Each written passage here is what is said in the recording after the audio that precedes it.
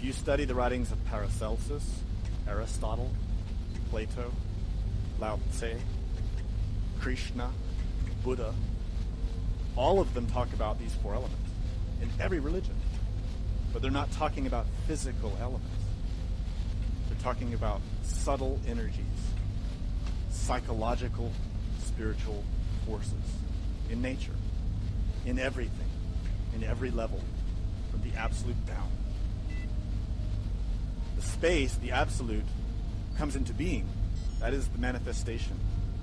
In the four worlds of Kabbalah, this is the movement from Absolute into Bria, where the archetypes move into creation. That process of creation is where the space becomes air, fire, water, earth. Everything that exists emerges out of the space.